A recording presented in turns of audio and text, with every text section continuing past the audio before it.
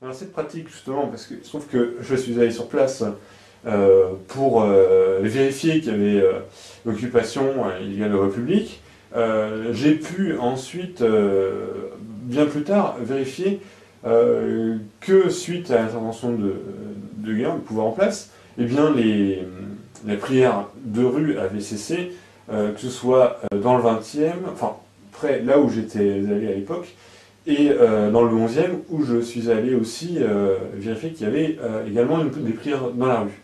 C'est fantastique. Voilà, donc a priori, il n'y a plus besoin d'instituer les cultures d'islam. Le problème est réglé. Sauf que les bâtiments qui aujourd'hui sont prêtés pour régler ces prières sont là aussi donnés à un prix ridicule qui est totalement en dessous du marché. Et on est dans le cadre là, encore une fois, d'une violation de la loi 1905, puisqu'on est dans le cadre d'une subvention déguisée. Quand vous louez un bâtiment en dessous de son prix, vous êtes en train d'aider une organisation cultuelle pour une opération vraiment cultuelle, c'est de la prière. La loi 1905, encore une fois, est violée. Mais, nonobstant cette violation, on pourrait remarquer qu'effectivement, les prières dans la rue ont cessé, plus besoin de ce projet grotesque. D'ailleurs, on a vu Michel Vaillant, le maire du 18e, qui était totalement opposé au fait de prêter ce bâtiment, parce que du coup, il disait, mais c'est pas possible. Et M. Guéant, lui, a quand même pratiqué cette opération, et donc donné une ancienne caserne pour faire les prières dans la rue. Mais effectivement, je pense que M. Vaillant était terrifié, parce que tout d'un coup, on avait montré que son Institut des cultures d'islam, le sien et celui de Bertrand Delanoë, n'avait plus aucun intérêt, puisque le problème de prière dans les rues était réglé. Or, l'origine de l'ICI, donc l'Institut des cultures d'islam, étant de faire cesser les prières dans les rues, ça n'a plus d'utilité. On peut économiser 22 millions d'euros. Mon hypothèse, c'est que l'UCI n'a pas été créé pour cesser les prières dans la rue, mais a été créé pour s'adjoindre les voix des gens qui votent et qui sont d'accord avec cette action. C'est-à-dire que, en fait, on aura toujours les prières dans les rues.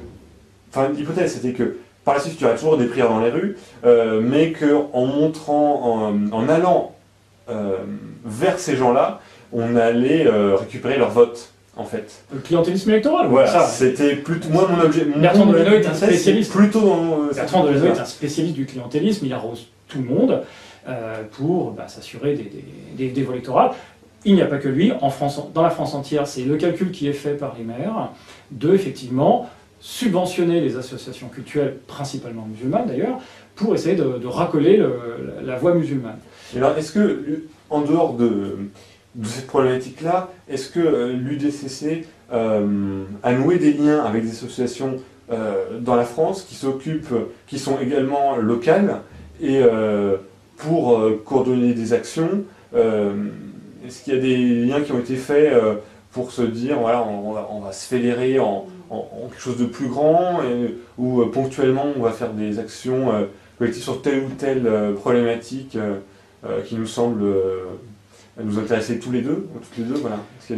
Les deux à la fois. Les deux à la fois. Je pense qu'à terme, cette problématique de financement, de financement illégal de culte est une problématique qu'on retrouve partout en France. Je pense qu'il y a d'autres personnes en France, ailleurs, qui sont sensibilisées à ce problème et qui seraient éventuellement prêtes à agir. Nous sommes prêts à collaborer avec tout le monde, sans aucun problème. Nous sommes capables de travailler avec tout le monde sur, je dirais, nos thématiques, c'est-à-dire une thématique qui soit parfaitement propre. Absolument pas de racisme, pas de xénophobie, une démarche légale appuyée sur la loi. Nous travaillons avec des avocats, justement. Donc, rappeler aux élus le droit. Des actions légalistes. Absolument légaliste. Nous demandons le respect des lois. C'est pas pour ça, on ne va pas s'amuser à violer les lois, alors qu'on demande justement qu'elles soient respectées par les maires. Et notre travail, justement, est de rappeler la loi aux maires. Il y a des maires qui, aujourd'hui, violent les lois, 1905 et d'autres, d'ailleurs. Oui, parce que les violations ne sont pas forcément en lien avec la religion. Il y a des problématiques importantes d'utilisation de l'argent public, bonnes ou mauvaises, qui ne sont pas forcément en lien avec cette problématique de religion. Complètement. Bon, là, il faut savoir que notre première action, elle est, comme je disais tout à l'heure, cette action est symbolique, parce que, outre le fait que c'est de l'argent public mal utilisé de manière illégale, il y a en plus une vraie dangerosité de ce problème, de ce projet, pour les citoyens. C'est-à-dire que l'action propagandaire des associations islamiques si elles n'ont pas été vérifiées. Et soyons précis, l'UDCC n'a pas pour but d'attaquer les associations musulmanes. Ce n'est pas du tout notre objectif. Nous nous adressons à nos élus. Nous disons, avez-vous fait votre travail? Et nous demandons la vérification de la légalité de ces projets. Aujourd'hui, c'est une vérification, c'est une étape qui n'est jamais faite. Quand une association musulmane présente un projet de construction d'un bâtiment islamique, quel qu'il soit d'ailleurs, hein, école confessionnelle, mosquée ou centre culturel, quel qu'il soit, a-t-on vérifié avant de signer, avant que le maire signe, vérifie-t-il la doctrine qui va être diffusée à partir de ce bâtiment? Jamais. Ce n'est jamais fait. Et ça, c'est absolument anormal. La doctrine islamique traditionnelle comporte des éléments qui sont effectivement très dangereux pour une démocratie, dangereuse pour les citoyens, dangereuse pour la vie sociale, dangereuse pour la démocratie et les droits de l'homme tout court. Il convient de s'assurer que les organisations qui prétendent construire un bâtiment et avoir des activités d'enseignement, ce qui est quand même le cas, hein, ce qui va être le cas dans une mosquée, on enseigne une doctrine, le minimum est de vérifier que le maire doit, en tout cas, vérifier ou faire vérifier, ça va être le travail du préfet aussi, mais en tout cas, le maire ne peut pas se défausser de cette obligation de sécurité vis-à-vis de ses concitoyens. Va-t-il y avoir un danger pour les concitoyens? Est-ce que ces activités d'enseignement vont être dangereuses ou pas, nuisibles ou pas pour la société? Il convient de vérifier ça. Et c'est ce que nous avons demandé à M. Delanoë. Avez-vous vérifié la doctrine qui va être diffusée à partir de cet établissement? Si ça n'a pas été fait, il y a une mise en danger des citoyens. Et il est absolument anormal. Et dans ce cas-là, le maire n'a pas le droit de le faire. Ce n'est pas en son pouvoir. Un maire n'a pas le pouvoir de mettre en danger ses concitoyens. Il n'a tout simplement pas ce pouvoir. S'il le fait, c'est un abus de pouvoir, c'est illégal. Il doit montrer, et de manière sérieuse, qu'il y a eu un audit de la doctrine qui va être diffusée à partir de ces bâtiments. L'enseignement a un impact social. Si vous enseignez le racisme, certaines personnes vont devenir racistes. Si vous enseignez le national-socialisme, certaines personnes vont devenir nazis, parce qu'elles vous croient. Si vous enseignez la doctrine traditionnelle musulmane, avec la promotion du djihad, le racisme confessionnel, l'antisémitisme, la christianophobie, le recours à la violence, la lapidation, la chasse aux homosexuels, etc. Mais tout ça est très dangereux, le fait de tuer les apostats. Rendez-vous compte quand même que dans la doctrine islamique classique, il est précisé qu'on doit tuer celui qui quitte l'islam. C'est complètement délirant. Alors bon, que ça soit fait en Arabie Saoudite, ok, d'accord, c'est pas une grande démocratie, mais là on est en France. Donc, voilà. On est en France. Il convient que ce genre de doctrine ne soit pas diffusée à partir d'un bâtiment qui bénéficie de la signature d'un maire. C'est le travail d'un maire de s'occuper de garantir que la sécurité de ses concitoyens soit respectée.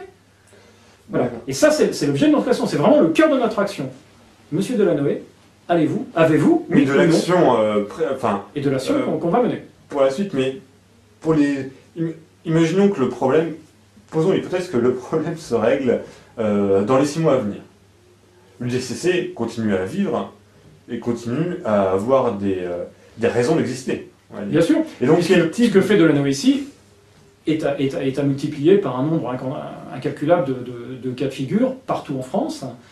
Et ceci doit être, ça doit être un souci citoyen, puisqu'apparemment ça n'a pas l'air d'être le souci des maires de vérifier la sécurité de leurs citoyens. Les citoyens doivent se rappeler au bon souvenir de leur maire. J'imagine quand même que certains maires doivent bien s'en soucier. Oui, bien sûr, mais le problème c'est que ces maires sont soumis à une pression. On a des mairies qui sont envahies, on a des pressions, on a des prières dans les rues. La prière dans les rues est typiquement une méthode de pression. C'est-à-dire, on vous met la pression jusqu'à ce que vous nous donnez ce qu'on veut, c'est-à-dire en l'occurrence une subvention. Et j'ai envie de dire, c'est presque une pression démocratique, puisqu'on montre notre nombre. Donc on est nombreux, donc on a une valeur, démocratiquement, on compte. Je ne suis pas du tout d'accord avec vous.